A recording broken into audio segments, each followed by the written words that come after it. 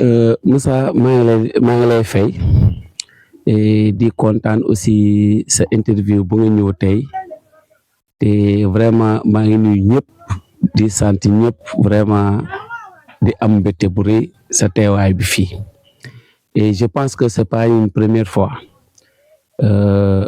et je peux dire que tey ce que j'ai en train de faire mun naa ni que si loxo bi tamit bokk na ci parce que yaa ngi porté au vraiment surtout à informer les gens aussi loolu ma doon mbégte bu rëy la voilà question yu ma posé dinaa si sawar loolu tontu la et man maa ngi tudd Malam Badji et tey expérience bu ma am ni maa ngi sant di gërëm yàlla tamit aussi bokk na aussi si association bu ñuy ACANES buy intervenir dans l'environnement aussi santé scolaire donc tey expérience boobu bu ma am ni dund naa ci pendant 10 ans ñu maa ngi ci projet boobu mais auparavant nous intervenons dans les zones dans les îles telles que EHIC Sifoka c'est là où foo nañu dem di def ay reboisement mais muy gis ma ne mais là tiens lu ma nekk di def nii pourtant je peux le faire chez moi avec l'espace bu ma am des fois Moussa on dit que il faut nga xaar nga am espace bu rëy mais aujourd'hui avec espace bu ndaw bu nga am mun nga ko gérer nga am ci lu bëri je crois que yow gis nga ce que j'ai fait aussi peut-être avec le temps on aura le temps de visiter nga gis ce que j'ai fait en un petit espace te question bu ma posé ni lu tax ma sawar ci Moussa des fois ñun surtout étant fonctionnaire mun nga ci am d'autres activités yoo xamante ne mun la def juste revenu yoo xam ne mun na yokk si sa koom-koom mun na yokk si sa maanaam sa dundin bi nga am ay amélioration yu baax et ma joxe benn exemple j'avais vu l'année passée bu ma couvrir fii avec le maraîchage hors sol mais avec espace bu ndaw mun nga def maraîchage nga am ci lu bëri bi loo xam ne mun na wàññi panier famille surtout di dem maanaam marché bi mun ko indi kër ga loolu yëpp avec cette expérience ba jot naa ci partager ak ñu bëri et les gens m'appellent un peu partout ici au Sénégal et même au-delà du Sénégal les gens m'appellent un peu pour vraiment partager cette expérience et là je me réjouis de cette expérience aussi. Ok léegi tey exactement nga ne tey ban plan nga ñu indi ban technique nga ñu woon. Voilà tey technique bu muy indi encore Moussa bu mu ko partager ak maanaam doomi aadama ñun ñëpp ñu ku nekk bénéficier comme lu ma yàgg a wax rek espace moom boo ko amee nga exploiter ko des fois peut-être sensibilisation moo amul wala technique bi nga war a exploiter sa espace bi moo manqué ñu bëri daaw def naa maraîchage mais ren aussi indi naa beneen nouveauté boo xam ne c'est des papayas boo xam ne dama ko associer à d'autres tels que par exemple j'ai planté des orangers en même temps aussi planté des papayas et comment ça se fait aujourd'hui avec espace bu nga am nga planter des orangers maanaam intervalle bi par exemple oranger mun nga planter intervalle de 6 mètres 8 mètres ou 5 mètres ça tout dépend selon la taille aussi des agrumes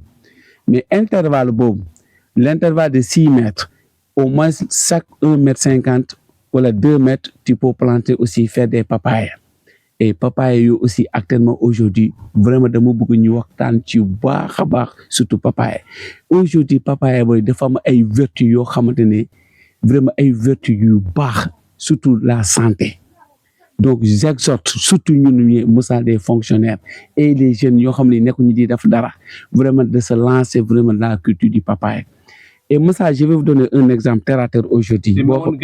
Enseignant nga enseignant moo ak yéen et voilà et je suis un enseignant de profession mais malgré ba dama ne toogaay nii mais comme nu mu yàgg a wax rek toogaay nii rek nga xaar sa salaire vraiment aussi ba en même temps aussi ba mun nga def nga liggéey nga am santé si sa wérgu yaram loolu tamit aussi vraiment c'est un sacerdoce boo xam ne voilà maay lancé appel ñëpp ñu yëngu Moussa tey papaya ma jox la benn exemple terre à terre papaya bi tey nga am un papaye nain par exemple le papaye peut te faire 100 kilogrammes. Moussa, admettons 100 kilogrammes, le kilo de la papaye varie entre 400, 300 et 700. Mais prenons la moyenne. Mais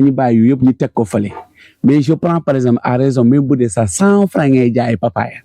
Moussa, la papaye te fait 100 kilogrammes. N'est-ce pas? On a combien de kilogrammes?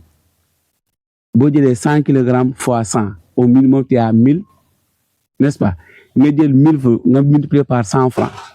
Au minimum, la papaye, tu peux avoir jusqu'à 100 000, 80 000 francs. La papaye, si tu as 10 papayes, combien de papayes vous avez? Donc, c'est en termes de... c'est énorme. Vous voyez? Donc, on peut faire des économies. Et c'est des techniques simples, Moussa, papaye, mougone, yombo, entretien. Et peut-être je vais vous montrer comment entretenir une papaye, mais vraiment la production pour nga papaye. Parce que garab dafa soxla lepp comme ni nga ciokoré sa yaram papaye tamit agrumes tamit loolu la soxla tamit aussi. Donc on jox lepp le nécessaire ingrédients nécessaires pour vraiment le développement de la plante et vraiment ça c'est un métier bo xamné vraiment dam ci am fierté té ma ngi ci def yow gis na xolal fu ñu tok ni. Pourtant lii moom ko planté en un temps record mais xoolal aujourd'hui alhamdulilah sant naa ci yàlla donc maa ngi lancé un appel aussi à tous les patriotes à surtout la jeunesse Moussa, la jeunesse surtout. Ça veut dire aujourd'hui vous avez 50 mètres carrés. Si chaque jeune fait 10 rangées de papaye ou 5 rangées de papaye fois 10, vous aurez combien de papaye? Donc une centaine. Au minimum, vous allez vous retrouver avec 4 millions, 5 millions, vraiment. Donc vraiment, il m'a lancé aussi des appels, un appel surtout aux gens vraiment de se lancer, vraiment de s'intéresser à la terre, surtout au moment où le président et son premier ministre lancent la souveraineté alimentaire mondiale. Donc vraiment, pourquoi pas nous, la jeunesse, qu'est-ce que nous attendons? En réalité, qu'est-ce que nous attendons? Et actuellement, aujourd'hui, l'autre avantage, c'est quoi? On peut lier, associer l'agriculture ou bien maraîchage à l'élevage. Et je crois que je vais faire une petite démonstration.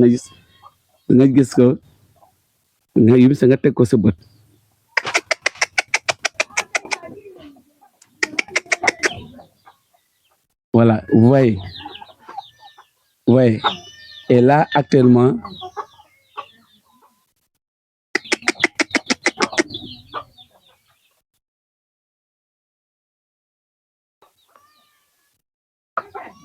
voilà. Et vous voyez, tu as vu, ça vraiment, ça ne demande pas des moyens. Des fois, nous, surtout la jeunesse, on dit que financement. Mais moi, je pense qu'aujourd'hui, on peut s'autofinancer sans avoir à attendre au financement. Mais je te donne un exemple. Et avec 5 000 francs, si on est 10, avec 5 000 francs, combien? On a 50 000 francs. Mais déjà, c'est un financement. Regardez les poulets là que vous voyez ici. C'est des poulets actuellement, yo xamantene boko amé dafa neex dafa simple dafa neex yar. Actuellement je donne plus ces poulets là que vous voyez joxuma len légui aliment. Ñoo ñoy débrouiller sen bop. Vous voyez. Amna ñeneen ñu dugg ci arcade mais poulets yi ñoy débrouiller nek ni gis na ay poulets yi. C'est des poulets qui font actuellement ñu ngi am 2 ans. Fu mu nek ni amna 2 mois. C'est des poulets qui te font 2 mois. 2 mois, il faut me dire. Vous voyez? Donc, c'est les financements, Moussa, mais c'est un financement. Si chaque jeune boy, au moins, prenait 10 poulets ou 20 poulets, 10 fois 20, il y a des poulets. Et là, vous revendez, déjà, vous avez votre autofinancement et vous êtes autonome. Donc, vraiment, je lance un appel vraiment à la jeunesse, vraiment de s'intéresser surtout à l'agriculture et le maraîchage. Vraiment, voilà le message que vraiment je voudrais partager. Si vous avez d'autres questions aussi.